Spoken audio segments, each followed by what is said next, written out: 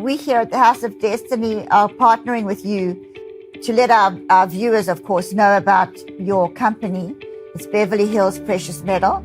Andrew, explain how that works. So I'll walk you through it right now. So if you go to bh-pm.com, right there on the homepage, you'll see a form that you could fill out. And that form is very important in letting us know how we can help you.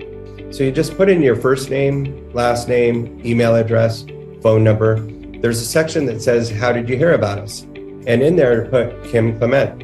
And then there's a portion where you could write a couple of notes down on the bottom. Usually within about 24 to 48 hours, we'll contact you by phone call, and then we'll go over everything with you. This isn't a high pressure deal. We always recommend that if you feel uncomfortable, take a step back, pray about it.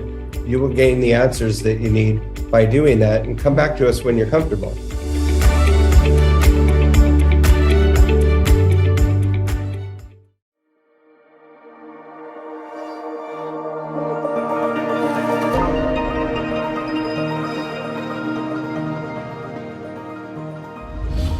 Welcome, everybody, to Conversations, and we have got a very special guest today.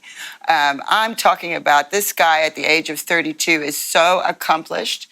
I had the honor of meeting him at the Reawaken America tour over the past year, and I've even gone and spoken at his church, which is Sheridan Christian Center, or was Sheridan Christian Center, and Jackson pastors there. He's got his wife Kendra, and they have 5 children. I'm the oldest of 5, natural, not counting the adopted, and so I know what it's like to be in a big family, be a part of a big family.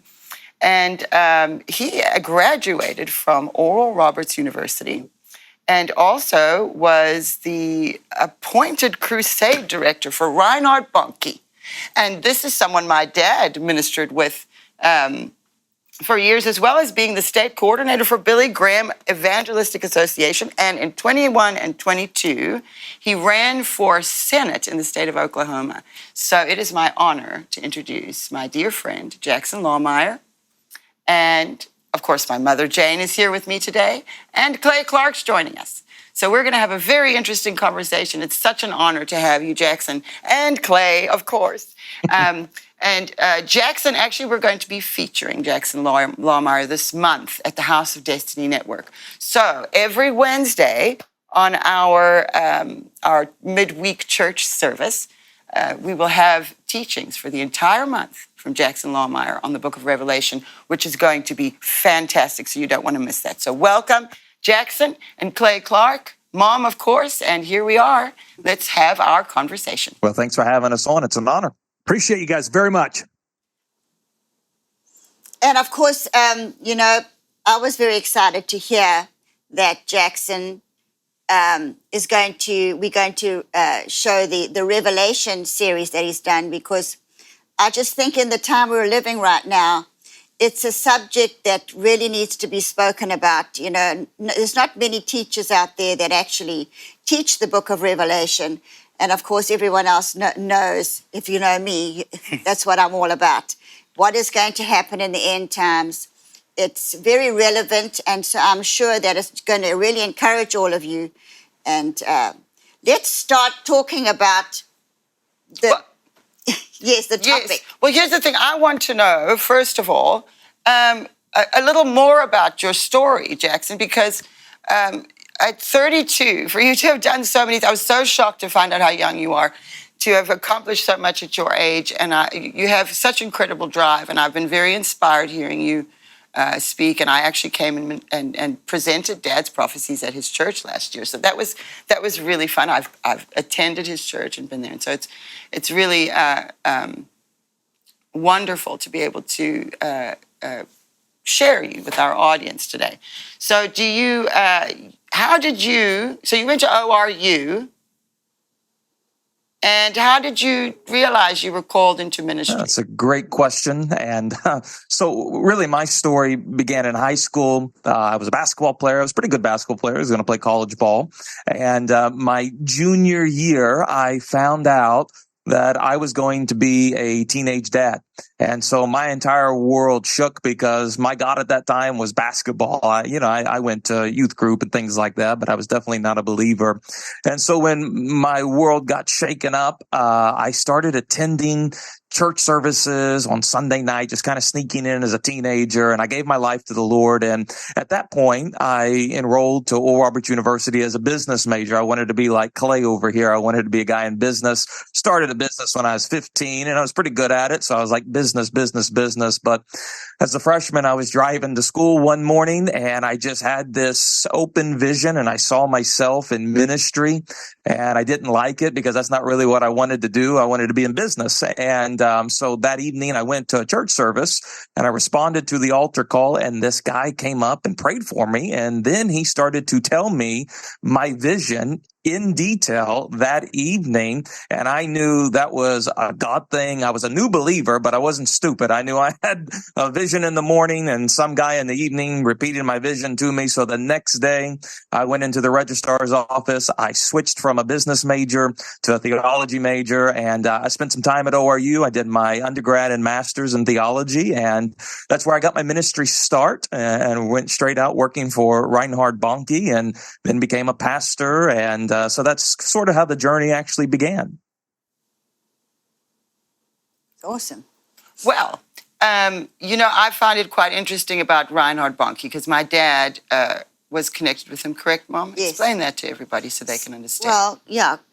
Back in the early 80s,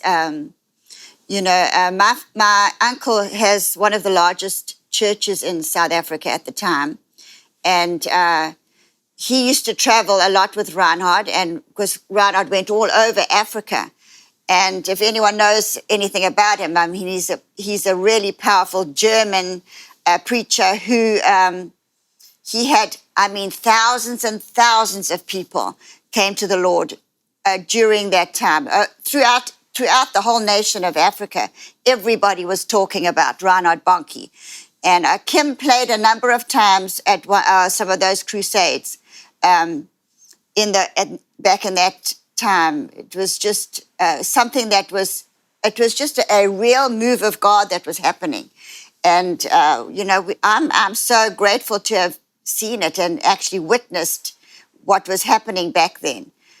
We really need that to happen today because when you look at the world around you and what's happening, it's kind of, you wonder what the world is going on. But, God is on the throne and his plan is being played out before us, especially in the time that we're living right now. So, and Daddy was see, the reason I'm asking that question, I was happy to hear about him being with Reinhard Bonnke because of Dad is connected there, and then also Dad getting all the books and the teachings from Oral Roberts years ago. When he was applying for Bible school, nobody would accept him. They said he wasn't ministry material. And he wrote into Oral Roberts, and Oral Roberts sent him all the teachings and all the books and all the workbooks and whatever. And that's how my dad was able to get right. Well, ordained. We were in the Pentecostal type movement back then. And, of course, Dad coming out of the music scene, that organization didn't want to accept him. They said he wasn't ministry material until he cleaned himself up and became like them, which is what he said he would never do. And, of course, so he wrote to Oral Roberts and he sent his $5 and all these books and all this material came to the door. And, of course, Kim was an avid reader, so he taught himself. He read those manuals and did the teachings and everything. So we have a little bit of a connection there, which is what I like, is that you along your journey, you kind of have the same connections as my dad did. So that leads me to the next question is, how did you hear about my dad? Did you hear about him before or after? Or how did that go? That's always interesting. I knew a little bit about your dad, but it was actually Clay who showed me the Trump prophecies and Clay, that was, what, 2020? Yeah, and I probably, it was very weird in my life is that my wife and I, we go to church, we do that, and just be very clear, I have a real hard time with most pastors. Just being real, because I know I'm a business guy. Yeah. And you know how it is. Certain churches, I'm not saying all the churches, and if you're listening out there in your ministry, I'm not saying this, but just a lot of times if you have success in business, the pastors sometimes will listen to, will want to gather you and maybe have you come to their home and they want you to donate more. And there's a little bit of that. And I had gone to churches, and again, Jesus is real, Bible's real. I'm just telling you my story here. So I'd gone to churches where there was a pastor, I won't mention his name, but he came out that he no longer believed in Christ. And at the time, he was the largest pastor in Tulsa. And then I went to a different church where the pastor was having affairs. And I was like, well, if I'm going to learn the Bible, I can't listen to those guys. I'm going to have to read that thing myself. And what attracted me to Jackson was he was a guy who read the Bible. And I think, and he taught the Bible line by line, verse by verse. That's how he teaches. And so during the lockdowns, when the lockdowns were happening, so many churches abdicated their responsibility where Pastor Jackson stepped up. And all of a sudden, he stood out in Tulsa, Oklahoma as one of the few churches that would teach the gospel. So now we're doing, meanwhile, while he's running his church, I'm not closing down my businesses. I'm keeping my businesses open. I'm suing the mayor of Tulsa to I'm turning my building into a church so other people can gather. Before I knew of pastors at Jackson's church. And so on Thursday nights, we have the Remnant Church. And then I discovered Jackson's church. And I started getting this small group of people. I call them the Remnant. And they're sending me Kim Clement videos. Yep. And I am going, who is this guy? Because Kim was one of the lone prophetic voices, and I'm not attacking prophetic people. I'm just saying one of the lone prophetic voices that was sent to me that actually taught from the Bible. And for anybody out there that hasn't watched Kim Clement teachings, yes, there's prophetic elements to the ministry, yes. But he would teach. I mean, Kim would teach that Bible. He would teach you about Daniel. He would teach you about Matthew, Mark, Luke, and John. He would teach you the gospel. Yeah. And the prophetic word wasn't a substitute for the teaching of the word. And so I was kind of sending them to Jackson almost to kind of vet them because I respected him and I wanted to get his thoughts on the Kim Clement prophetic words. And so I was sharing them with Jackson with a sort of like, this is the lone prophetic voice that I found that teaches the word and shares a prophetic word. And that's kind of how we started talking about all things Kim Clement there. And then it came also another friend, Roger Stone, was sending me Kim Clement videos. So I was getting all these videos and it was just, it was incredible. Now I had watched, your dad, and I had watched him whenever I was a new believer because I was watching Christian television and he was on late at night. Okay. So at least the Christian television that we had, he was on late at night. And so I would watch it. I was always intrigued, but I was not at a level to really understand at that point. I was a brand new believer. And so now going back and seeing some of those prophecies and just the power behind them, but also the teaching aspect. And so I've been blessed by you all's ministry, and especially, Donna, whenever you came to Sheridan and shared, I just thought that was absolutely incredible. Yes, it was. It was so nice. And you know what? I know exactly what you mean about, we've traveled to all kinds of churches. Mm-hmm. For my dad, most of his ministry, what was the first 30 years, was itinerant. And so they would travel from church to church. Mom and Dad would go. Sometimes we would go. And we've seen all sorts of things going on in churches. So I definitely understand that. And I do feel that the time that we're in, all the exposures that have happened, one of the things is the condition of the church and the people of Christ right now. Because as you noted, someone who reads the Bible and teaches from the Bible, and that's so important. And one thing about my dad was he never, and my mother too, they never sway from the Word of God first. And so Dad did always teach from the Bible, and his prophetic teachings are very prophetic because not only what he was teaching on, but it's how it's connected to things that are happening now. You'll often find, and I put these out on Prophetic Rewind, he would do a prophetic teaching, and it's timely. Mm-hmm. And so this has been very eye-opening for a lot of us, especially since losing my dad, because a lot of the things that were prophesied were unclear, and now they're very clear, where he's naming people's names, and he's naming terrorist organizations, and he's, all this stuff that didn't make sense is making sense, which was a testament to me of the necessity of the prophetic in this time. And the reason I'm telling you that is because the very last time that my dad prophesied, he said it was the last time he was ever seen publicly and prophesying before he got sick, 2 days before. And he said, there are those, and he was speaking of the churches, there are those who've built their house on the rock, and there are those who've built their house on the sand. And he said, when the storms come, those who have built their house on the rock will remain. And so you brought up COVID, and that's another thing I wanted to kind of touch on here, is that a lot of things, there were so many bad things that happened with COVID, but at the same time, it appears that during that time, many people who were under the radar and finding their way found their way. So as you said in Oklahoma, they shut down all the churches. And so I wanted to ask you about that. So you were pastoring Sheridan Church, and COVID happened. And what happened there with That's quite the story. So, it's Tulsa, right? It's the buckle of the Bible belt. They would never, mess with the church ever. Right. And no, we learned the hard way that wasn't the case. And so if you'll remember, it was actually all this kicked off in Oklahoma. It was when the Oklahoma City Thunder were going to play the Utah Jazz, and one of the players tested positive for COVID. They canceled the game. All the NBA games canceled. Clay, you remember this? This was the kickoff. And I will say this. I'm going to say, I'm not going to get myself sued, but I'm going to say a thing that your listeners need to know, and they can look it up, okay? So at Oklahoma City, they announced the COVID kickoff. Yes. And in addition to that, everyone look it up yourself. A pastor of one of the largest churches in America, faked a quarantine.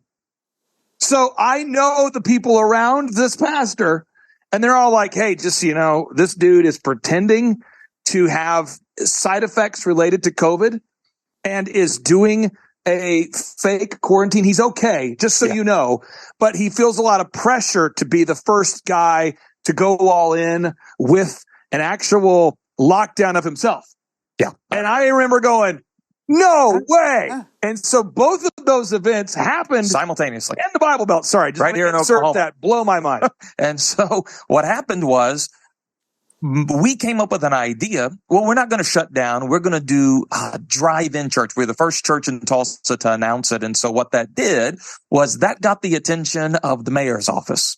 And so the night before our first drive-in church service, I get a call from the police department letting me know the mayor is very unhappy, and that if we go forward with drive-in church services, we would be breaking the mayor's decree and I could be arrested. And so I said back to him, I had this real boldness, even though I was shaking on the inside. I said, well, there will be a ladder behind the church and you can find me on the rooftop. And so I just said, we're doing it. And I remember getting off the phone and I looked at my wife and said, things could get really interesting tomorrow, because I had no we were just going to do drive-in church, I didn't think it was, I thought we were doing such a great thing. And, it's like, hey, you know what? We don't know what's going on at this point. We'll go into the parking lot, and that way everybody. And so at that point, I didn't have Clay giving me inside baseball. All I knew was the Bible says not to forsake the gathering together of yourselves. And so we were going to find a way to make it happen regardless. And our idea was drive-in church. And so we did it. And the Tulsa police did not arrest me. So I've never actually been arrested. I mean, that's... I want to say this, though. I want to make sure we get this, because sometimes in history we look back and things are more dramatic or less dramatic than what we thought. But I want to be very clear. It's kind of like Batman, where it's like, meanwhile, meanwhile. So as Jackson's doing this, meanwhile, I'm meeting with the pastors of the largest churches in Tulsa. Yeah. And what I did is I always brought a witness with me. So I usually would bring Aaron Antis, as myself, Aaron Antis, and doctors. And I would say, Pastor, are you aware that the models that said 2.2 million people would die from this are false and funded by Gates? And they would go, can you prove it? And I would show them video footage of Deborah Birx saying it. And then I would show the citations, the funding. And I would say, are you aware that the PCR tests, the COVID tests, are falsely calibrated to inflate cases? And they go, can you prove it? I show the Kerry Mullis clip, the inventor of the test. I said, are you aware that the system and method for testing for COVID-19 was patented in 2015? And they go, the system and method was patented in 2015. I show it to them and I go, and are you aware that it's 100% treatable? It's on the NIH website right now. Before the lockdowns, it's on the NIH website that hydroxychloroquine is an effective treatment for SARS-CoV-2. And they're all going, I know that. But Clay, listen, this is what they told me. with some of the PPP money coming in, we can pay off the church. We won't have any debt, and the giving's going to go up. As the attendance goes down, we can and I go, no. And so I'm telling you, in Tulsa, every pastor I met with, except for this man and the pastor of a very, very small church in Jinx, so I won't mention his name because he asked me to stay. He wanted to kind of stay nameless and not be politicized or not be mentioned. But other than you and this other small church pastor, everybody was like, well, I know the facts, but I'm going to continue with the narrative because I can pay off my church. That was the justification presented to me in the witness of multiple people. And I remember in the Bible, it says, for the love of money is the root of all evil. And so I would pull up my little Bible verse citation. I'd say, Pastor, I'm not a pastor, but in the Bible, it says, for the love of money, I'm going to pull this up, is the root of all evil. And that's 1 Timothy 6:10. And so I said, for the love of money is the root of all evil. So I'm asking you why you're suspending Hebrews 10:25. Why are you doing that? And they all would go, well, Clay, I don't want to be political. And the only pastor that I could find was this guy. And it got so bad that my wife and I were loyal to a church because we've been given a while. Sure. I felt like I was doing church cheating because I was watching his sermons while donating to church. And the church we were going to, they kept doing the mask thing. Yeah. And they had a guy walking up and down the rows going, sir, you need to put on a mask. And the praise and worship leader said, although God has not given us a spirit of fear, we recognize there's a spirit of fear. So if we can just stand 6 feet apart. And I'm going, what did you just say? And I had to get up and leave.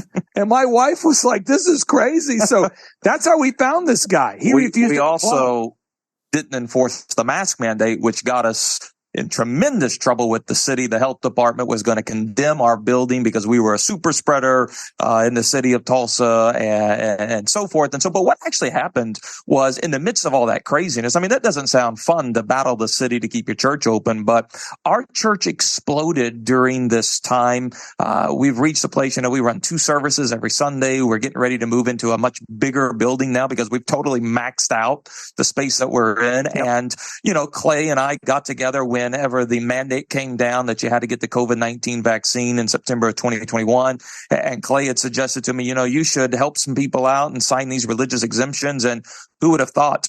Since 2021 to today, I've actually signed over 65,000 COVID-19 religious exemptions for people all over the country. And so it was just kind of one of those things that it damaged a lot of churches and it exposed a lot of churches. But for our church, because we took a stand, because we did what was right, God honored it, and our church just boomed. And Clay, you've seen that boom take place, and it's been exciting to be a part of. Well, Donnie, I want to say one thing to you and Jane, and just because you were around Kim so much. The COVID craziness exposed to me both the bad and the best parts of humanity.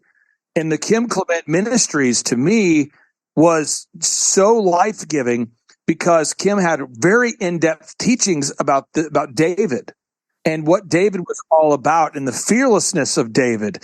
And I had never really dove into David and who was David and what was David about.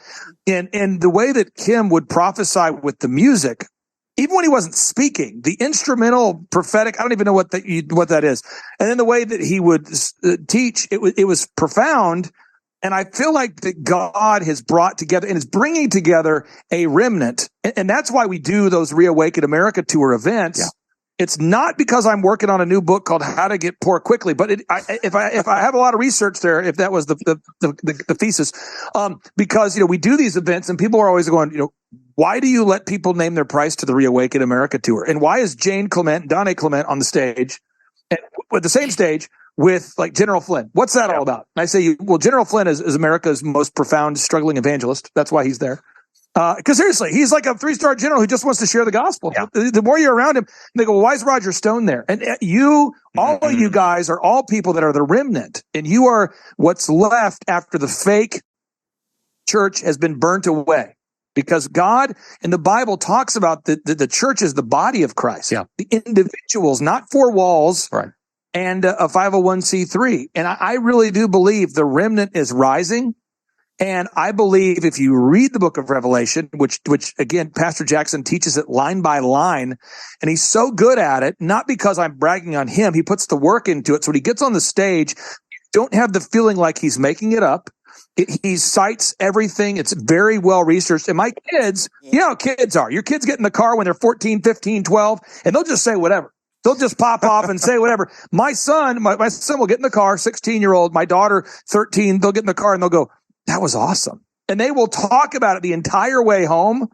And they're not going, can we go to a youth group or something and hide from the teaching? I mean, they love the messages. And I just encourage people to tune in on Wednesday nights during this time you're going to be airing these, because I'm telling you, Jackson has a gift that God has given him, a vision for his life, validated by a pastor, Pastor Billy Joe Doherty, who validated that vision.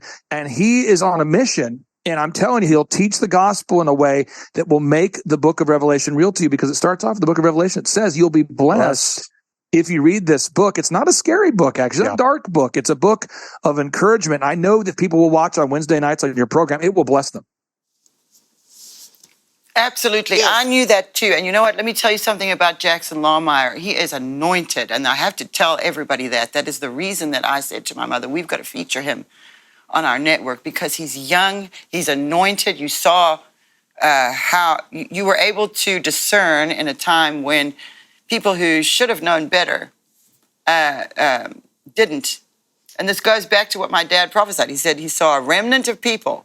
It would be a remnant. So how prophetic that you named your church that. If you didn't know that about my dad prophesying it. Also, he said, which is interesting, you said about the Bible Belt at Tulsa, Oklahoma, and being the buckle of it. In 2013, Dad prophesied, and God said through my dad, I will unbuckle the Bible belt. Wow. So it's very interesting yes, he said, I will unbuckle the Bible belt, and they will explode with joy, is what he said. Mm-hmm. And so it's when I realized where you are, Jackson, and then I'm seeing the anointing on you, and I'm traveling around Reawaken all last year and this year, and seeing what you're doing, I could see there was something. And so I want everybody to understand that it isn't just, oh, I like Jackson. Jackson Lahmeyer is anointed.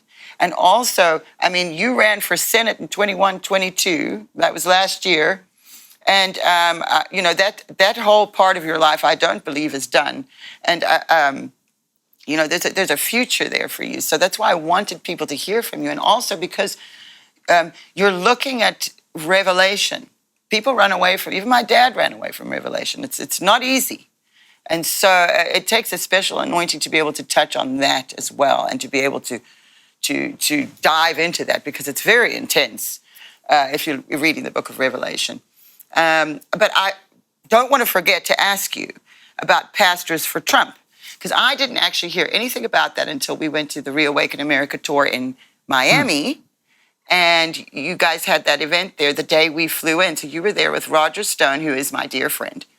And you did the Pastors for Trump. So can you tell us about what that is? Yeah, absolutely. And just to touch on the book of Revelation, I had vowed as a pastor, I was never going to do a series on the book of Revelation. That was just my personal vow. I mean, you know, who wants to do that? It's just like, because, yeah, you know, it's the book of Revelation, right? And so I've got Clay, you know, every week just hammering me with the book of Revelation, and then my wife says, you're going to do a series on Wednesday nights over the book of Revelation. And I was like, what? And so come to find out, though, it was probably the most enjoyable series I've ever done.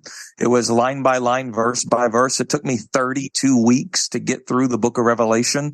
So it's a 32-part series. It does every single verse. And so I'm glad I did it. It was one of those things I vowed I was never going to do it, but I'm glad I did it. And in the midst of that, we launched something called Pastors for Trump. And that came up as a coalition of pastors, because if you listen to the mainstream media, they tell you Donald Trump has lost the evangelical base, because, you know, we know evangelicals in 2016 and 2020 broke his way over 80%. And so the mainstream narrative was evangelicals no longer support Donald Trump. And that would be a huge blow, because the largest voting bloc in America is the evangelical voting bloc. And so I just said, there's no way that's true. It may be true that some prominent evangelical leaders have backed away. They were all in the photo ops between Right. 2016 and 2020. And now they've kind of, we want to remain politically neutral. Is that? I what would would you say? tee up something. And again, I'm not going to get myself sued today. That's not my goal. I've got a lot going on. But I just want to be clear. I happen to know, again, if you have a lot of success in business, and you guys, by the way, you guys have met through the ministry some of the top musicians in the world. You've met some of the biggest names. You know what I'm talking about. So you meet these people, and you meet sometimes their attorneys. And a couple of attorneys that represent some of the biggest names in the Christian space came to me and they said, "Hey, just want you to know, I love you, buddy, but the people that you love, they're not going to speak out." And I go, "Why?" And they go, "Because they have a book deal. And in that deal, they have what is called a reputational risk." Okay. Yeah. So if they violate the terms of the agreement, they have to refund their book advance. And the problem is they've already bought a house with the book advance. So they won't say anything until the terms of their deal are completed. And if you know musicians, a lot of musicians can't release songs unless it's approved by the deal. So there's a lot of that going on there. And so you're seeing a time right now where pastors like Pastor Jackson are standing up, and you're seeing people that have been propped up, they're sitting down. And so, but what I love about what Pastor Jackson is doing with Pastor Craig Hagan of Rhema is they're out there sharing what's actually going on. And if you look at President Trump objectively, he put in the Supreme Court justices that overturned Roe versus Wade. He, amidst the peak of the attacks and the Antifa and the riots and the looting, he took the Bible and stood in front of a church and stood up for our country. And if you listen to Eric Trump's stories, some of them are terrifying and hilarious at the same time. He'll tell you stories. He'll say, "Growing up, my dad said no smoking, no drinking, no cheating on people, no lying." And then he would say, "Well, why, Dad?" He goes, "Because it's in the Bible." And he's like, "Where in the Bible is it?" "In the whole thing. Just go read that, Eric." And so Eric has a healthy fear of God / his mother / his father. Yeah.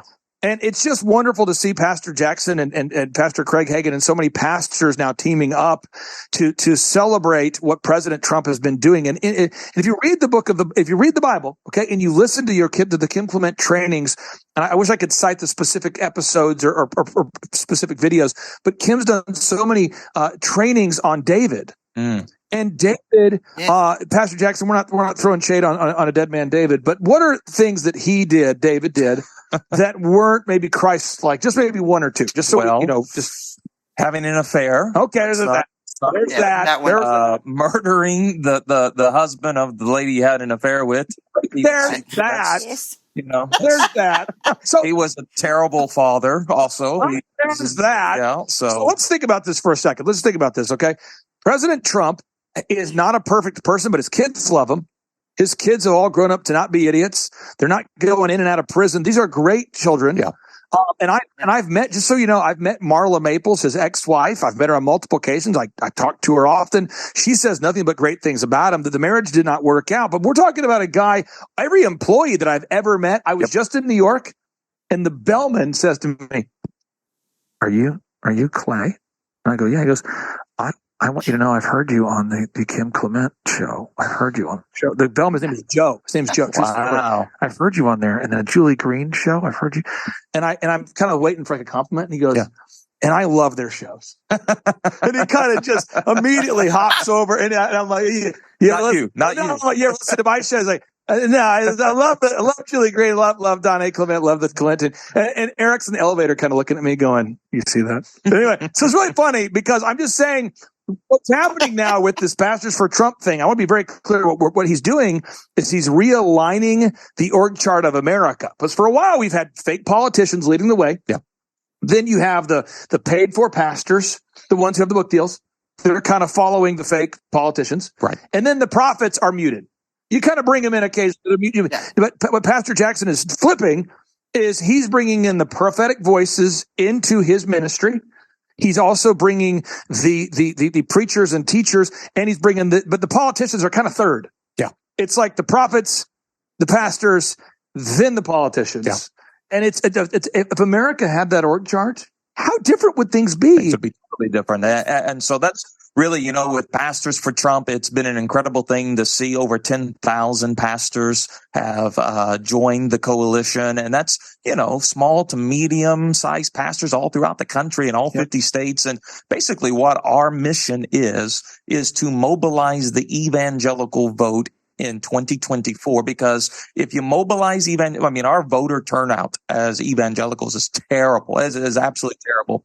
But if you mobilize the largest voting bloc in America, you're going to win the election. And how do you mobilize evangelicals? Mobilize their pastors, because they listen to their pastor. And if their pastor says, you need to get out and vote your values, it's easy who they're going to vote for. They're not going to vote for a godless Democrat. They're going, even though the Republican Party is not perfect, it is totally messed up. The value system much more aligns with a Christian value system. And so our job is to mobilize pastors, to tell pastors, you don't have to worry about the IRS coming after you under the Johnson Amendment. If you tell your people to get out and vote, that's your responsibility as the shepherd, to guide your people to the voting block, to equip them with values that represent what it means to be a follower of Christ and be the salt of the earth and the light of the world. So that's our mission. And we have a big job ahead of us, but we're getting after it. And it's so exciting. It's so exciting.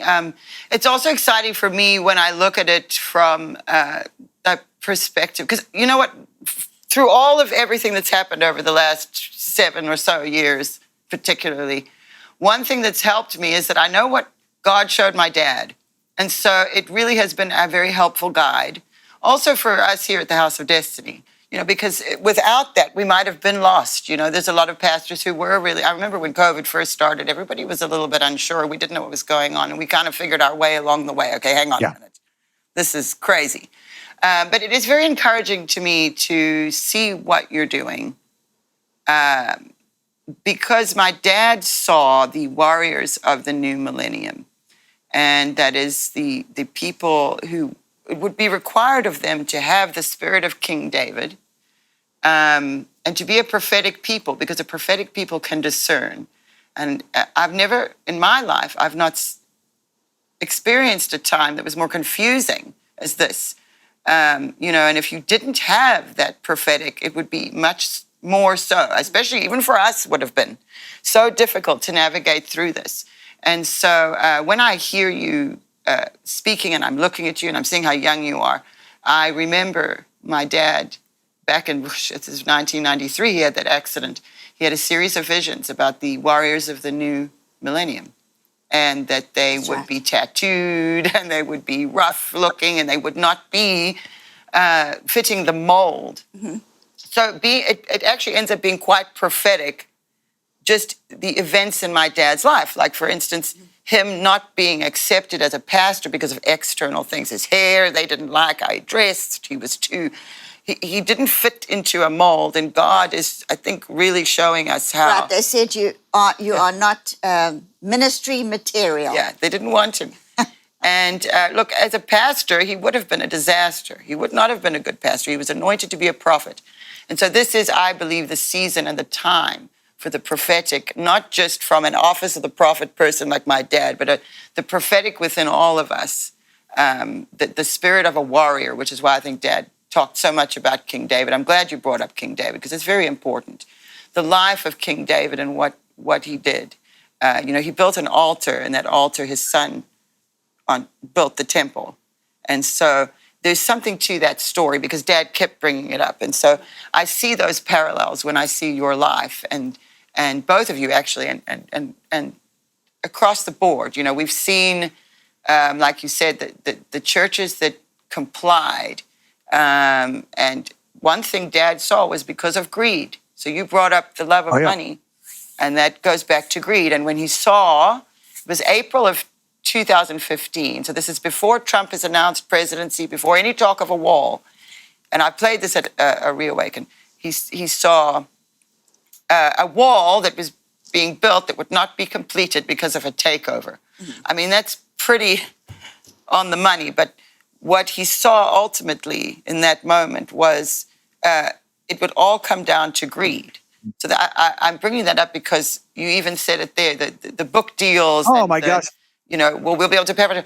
That's greed. And then you see those who've built their house on the rock, and also not being afraid. Fear. One thing he went on and on about fear and not being afraid because of the control that fear can have over you. And that's what we've seen is a bunch of fear mongering going on about COVID, about climate, the climate look, we're coming out of an ice age. The climate's going to change, but they're lying. They're and then of course we see the Fourth Reich and the World Economic Forum. And so all of these things my dad saw in part, just the way the Bible says. Yes. When Paul says we prophesy in part, we see through a glass darkly, that literally you can look at my dad's life and the things he saw, and he didn't always understand everything God showed him, but he was bold enough to say it. And I do believe that we live in a time right now where we need a generation of people who are willing to do that. And even if it starts out as a remnant, it will grow, because he saw the people rising up against this. Johnny, I wanted to interject something about Pastor Jackson. I think maybe he could speak to here. I find that wonderful people that I meet at the Reawaken America Tour events, and this is what will happen, okay? All these wonderful people, General Flynn leads the way, and we shake everybody's hand. Yeah. Probably shake 5,000 hands. We hug everybody. We talk to them, and people will say, Clay, I appreciate you speaking out. I love to say, well, are you speaking out?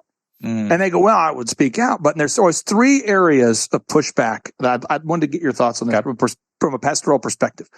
One is they say, well, Clay, I'm worried about being sued. And I go, well, I'm being sued and subpoenaed.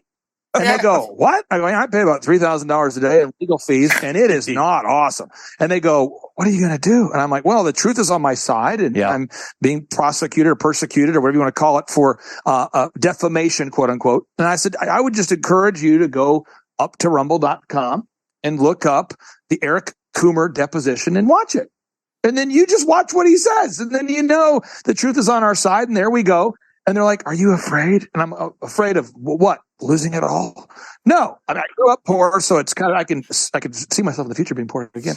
I'd love to get your thoughts about people that want to speak out, but they're afraid of the financial part.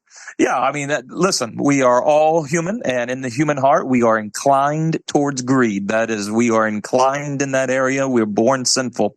However, those of us that have been born again, we've not been given a spirit of fear. There it is. And that's the key. And I'll tell you, courage is contagious, but so is fear. And so if you surround yourself with people who are fearful, it's going to rub off on you. Yeah. If you surround yourself with people who are courageous, it's going to rub off on you. And I'll just say, one of the things people will say, oh, you've been so bold as a pastor. And then I have to give credit to someone like Clay Clark, who's rubbed off on me with this courage, this bold, we're talking about this holy boldness and, just helping me. Because listen, if you were on your own in this mess, you're going to crumble in fear.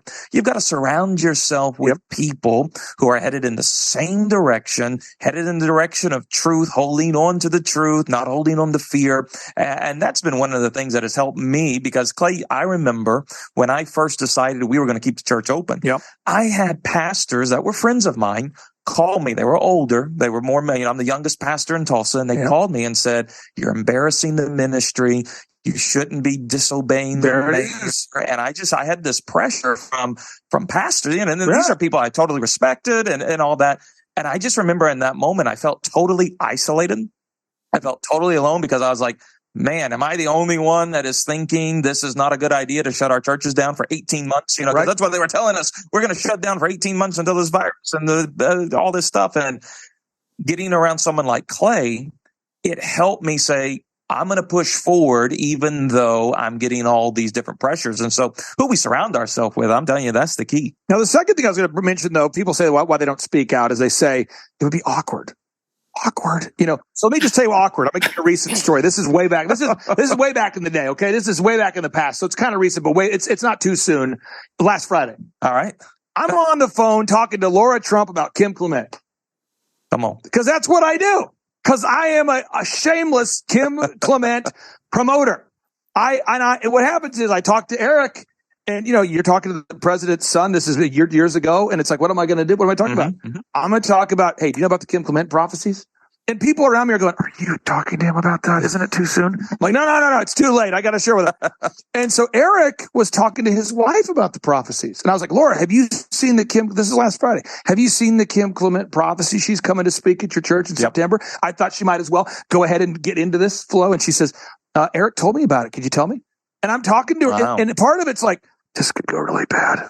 But then the other part of me is like, I have to do it. So there's that little awkwardness. I think we all have we're all afraid to tell someone about Jesus. We're all afraid to talk about a Kim Clement video.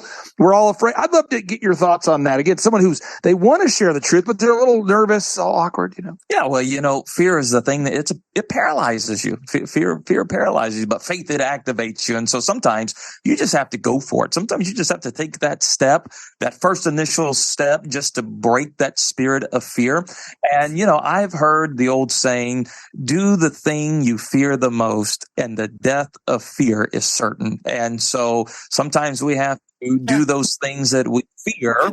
And when we do that, that's how you grow. The only way that you grow as an individual is conquering the different fears that are in your life. And that's, you just got to go do it. I don't know any other way to say it. Well, the final one is this whole procrastination. You kind of hit on it, but it's this procrastination. I always tell people as a business owner, I say, listen, the giant that's facing you right now is called procrastination, but action is your sword. Yeah. And then inspiration is the reward, is the reward you get.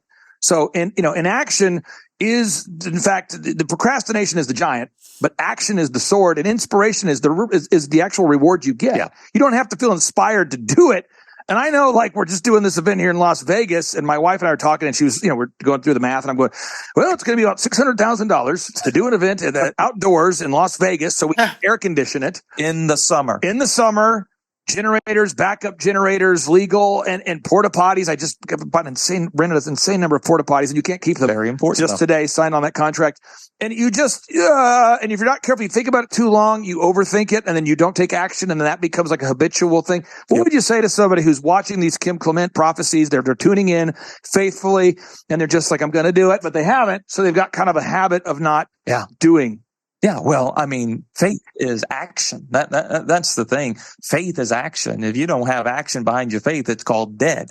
And so we have to put feet to our prayers. We pray. You got to put feet to your prayers as well. You've got to put action behind them. And so my mentality, I have just a few rules in my life. I have the 5-minute rule. If I can do something under 5 minutes, I do it within the next 5 minutes. That way you just get things done. 5-minute rule. But on bigger things, you just have to go for it. And sometimes it goes well. Sometimes it may not go so well, but I always know I'm going to learn something. And so I don't allow fear, like running for the U.S. Senate. That was crazy. I was 29 when I decided to run. You have to be 30 to get elected, so I had to turn. It was crazy. And, but we went for it. And you've also launched your Bible school. Yes. You have a Bible college or a Bible school. Hey, how much is that thing, Bible school? Oh, we make it super affordable. The classes are for all the classes, not one class per semester, $300. You can't beat that. It's Sheridan.Church, and you had the graduation or the ceremony of the people that finished the class. And that thing went on and on and on. He launched that. He doesn't talk about that very much, but that's a Bible college that's $300 that is changing people's lives. I'm witnessing it firsthand. You have that going on. You're signing the COVID vaccine religious exemption still for people that are being pressured in the workplace at Sheridan.Church. You're speaking at these Reawaken America Tour events where half the speakers are twice your age, and they're political legends. Yes. You're doing a lot, and you're encouraging other younger pastors to step up. And I'm so glad you guys have met. I am absolutely excited you guys have connected. You said faith is action. My dad had a song, and that was the song. Remember, faith is action. So he did a song on that you said the action. I was thinking it, and then you said it. And you know what? There's nothing better in this. There's no better feeling when you can overcome something, especially a fear. Yeah. But when you overcome anything, it's so rewarding. And no matter how it goes, if you can learn from something and grow from something, no matter how bad it may seem, even if you don't succeed, but you grew, it's worth it, And so it's very encouraging to see. And also that you are funding a Bible school and making it affordable that way, because we've noticed that people like to throw Bible verses out as quotes, but the actual reading of the Bible is not happening. So you find you'll be having conversations with Christians, and then there's whole concepts that they're not getting because of not actually getting in the Word themselves, and that's such an important thing. Dad graced us. Everything was the Bible, all the Bible stories, and reading our Bibles, and so. This generation seems to be very biblically illiterate. Yes. They take things out of context. It's just crazy. It makes me crazy. Because she studies the Word so much. I will say this, I want to interject this idea here. If people go to kimclement.com, this is a true story, and I think we need to keep paying this forward, get the momentum going here. Kim shared a beautiful training or teaching or sermon where he was talking about how he didn't know a lot about Oral Roberts University, but he knew that Oral Roberts existed. And he knew that he wanted to be trained or mentored or taught by Oral Roberts. So I believe, correct me if I'm wrong, I think Kim sent in what he had, which was like, $5 or $10? Is that accurate? Yep, something like that. He sent in a small amount, which again, with inflation, we're talking about, maybe 10 times that amount now, seriously, because this is like, early, but anyway, this is like. In the 70s. I mean this, though. This is big. I want people to know that, the price of an ounce of gold in 1971 was $44 an ounce. Now it's $2,000. So you understand the exponential inflation. But anyway, so Kim sent in what he had. And then Oral Roberts sent back all these books and all these trainings and all these teachings. And then Kim went on to explain how it changed his life. So if you're listening today and you've been blessed by this ministry, I would encourage you, if you can go to Kim Clement and donate anything, $5, $10, because I know how you guys run the ministry. You run things tight. You care about reaching the lost. And just a $5, it's like the cost of a regrettable burrito that we shouldn't be eating anyway, a regrettable purchase at a gas station. If you'll take that money and sow that seed into the ministry, what you're doing is you're going to help Kim Clement Ministries reach so many more people. And I just encourage everybody out there, donate something. And my wife is a big believer in these ideas of sowing good seed. And she's taught me a lot about that. And I just encourage everybody, if you can donate $5, do it today, because the Kim Clement Ministries is waking up people all over the world. You heard stories today, but there's countless stories happening right now, and they just need to reach more people. Yeah. Absolutely, yes. You know what? God put it on my heart to continue the legacy of my father, to gather that up. And now I understand why, because it wasn't just, to honor my dad, which is what I thought I was doing. It's actually turned out to be quite helpful as we've gone through, as I said before, as we've gone through the journey we've gone through and the changes. And it's been a guide and such a help. And so, Dad used to do the $5 in your face offering. That's what Dad did, because he understood the concept of giving. He would say even to people sometimes when we were in a church or he was ministering, take a button, or if you have lint in your pocket, give that if you have nothing else. Because the act of giving and that act of sacrifice in the offering, he understood and taught how sacred it was. It wasn't just about the exchange of money. There's an exchange with God that happens there that is targeted to each individual person. So the lady with the 2 cents has given more because of how much she gave, and that's what really matters. And so it's true. We wouldn't have even made it this far without our warriors of the new millennium, our people who've supported us through this, because they understand too that they were a witness to something spectacular and amazing that God did through my dad. And that is helping us now. Yeah. And it's also helped us as we've gone through our journey to connect with people like you, Jackson, and Clay Clark, and all the people that we've met. And that's been such a blessing. And we do count that as a blessing. And so it's our honor to feature you this month, Jackson. And we want people to... I think the Revelation series is going to probably take a whole lot longer. See, he's done 32.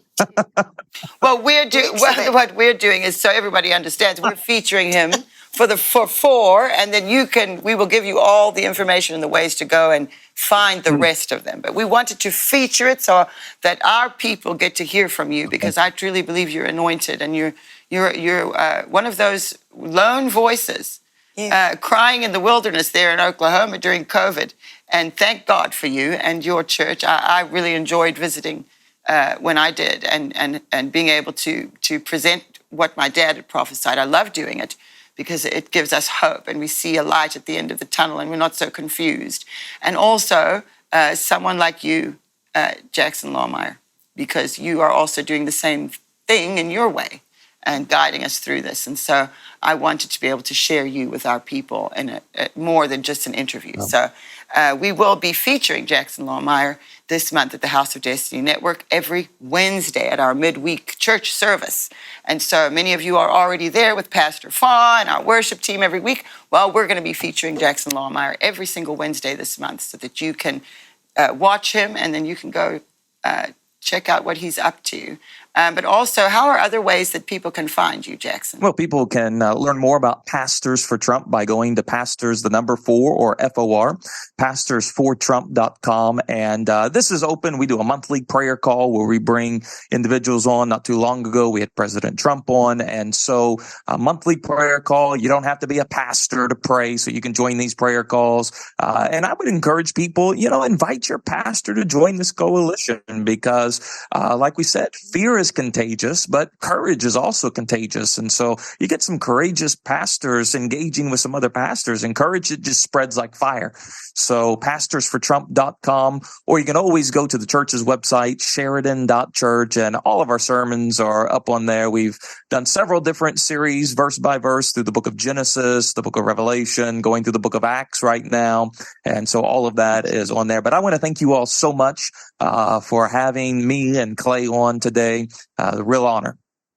Oh, it's so much fun. One thing I want to point out, Our pleasure. one thing I want to sneak in here, if you do go to timetofreeamerica.com, Mike Lindell, Eric Trump, General Flynn, you guys, the Kim Clement Ministries team, Pastor Jackson, the remnant will be there at these Reawaken America Tour events. We want to make it affordable for everybody. So if you go to timetofreeamerica.com, just name your price. We want to see you there. And again, thank you guys for carving out time for us. I really do appreciate you working with our crazy schedules. Yes.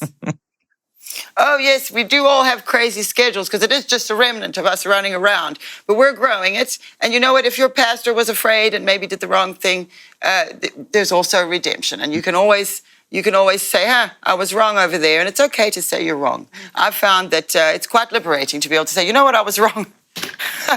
Especially in the climate that we live in. So anyway, I'm very excited, right, Mom? We're very excited. And we thank you so much for joining us today for conversations. And so everybody, be on the lookout. We will be giving you email alerts. So if you haven't signed up for the emails, make sure you do so that we can get those e-blasts that we send out. Otherwise, if you're following us on social media, you will see we will have promos up. But do look for Jackson Lahmeyer this month, in the month of August, at the House of Destiny Network. You will be blessed and inspired and full of courage and motivated. And with the book of Revelation, it's quite intense. So, it might get a little intense, but it's worth it. And now is the time to be looking at that, right, Mom? Definitely. So thank you again, Jackson Lahmeyer and Clay Clark. Everybody, do go to timetofreeamerica.com and have a look there because we're going to be in Vegas. I will be with Jackson Lahmeyer and Clay Clark and Mike Lindell and Roger Stone and General Flynn and everybody. Eric Trump in Las Vegas this month in August. So do go there and have a look to see about tickets if you want to join us because it's going to be incredible. And again, thanks everybody. Thanks Mom, Jackson, and Clay for joining us today for conversations. And we'll see you next time.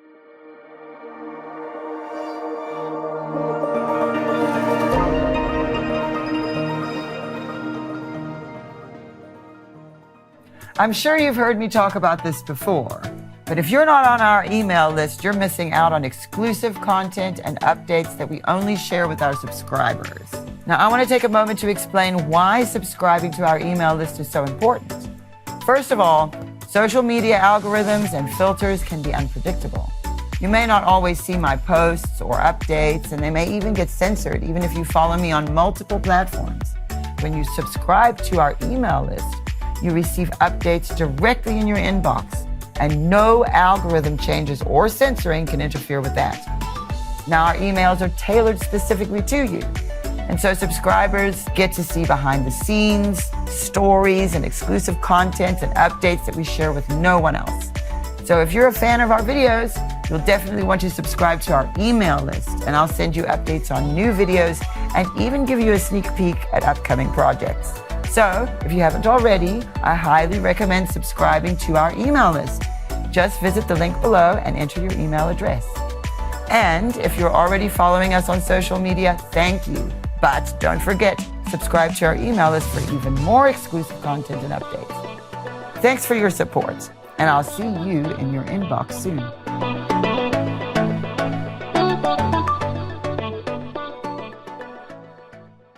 We have recently joined with you at My Pillow, and you guys are sponsoring us. We have our promo code Kim Clement, right? It's our 20-year anniversary, everybody. Back in the summer, in July of 2004, when I invented My Pillow. The My Pillow, the queen size. This is the patented fill, and this is the cotton cover we use on our sheets. So it's a very special, limited edition pillow. The queen size, normally $69, I believe $98, $19.98 with their promo code there. $19.98. The king size, I didn't plan this either. They just happened to be in my office. The king size is $29.98. You guys, these are, and they're normally $79.98. So you're getting the best price of any My Pillow in history. If you go to the website too, we still have some closeout slippers at $25 a pair. You'll never be $25. These slippers are closeout. I run into people all the time. Mike, I have all your products. No, you don't. Do you know about our dish towels that just came in? The best dish towels you'll ever use in history, ever. And when we reverse engineer a product, we go problem solution. I want dish towels that dry the things, not that feel, my heart or whatever. I mean, it's disgusting. These actually work. These actually work. But yeah, use that promo code Clements, everybody, and to take advantage of that right now.